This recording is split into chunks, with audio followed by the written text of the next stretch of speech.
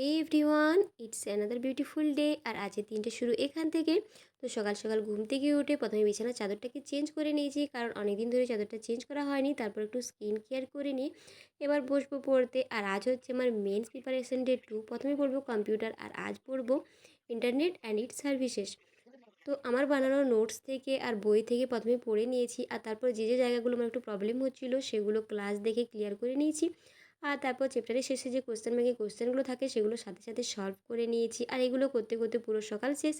তারপর দুপুরে একটা কারেন্ট অ্যাফেয়ার্সের ভিডিও দেখেছি, যেটা ছিল মে মাসের, ওটা পেন্ডিং রয়ে গেছিলো। তো ভাবলাম আজই কমপ্লিট করে নিই। আর আজকের লাঞ্চের মেনুতে ছিল ভাত, ডাঁটা, আলু বেগুন দিয়ে তরকারি, আর লাল লাল খাসির মাংসের ঝোল। তারপর খাওয়া দাওয়া করে নিয়ে একটু রেস্ট নিয়ে আর একটা প্রিলিমস লেভেলের মক টেস্ট দিচ্ছিলাম, যেটা ছিল আরআরবি ক্লার্কের।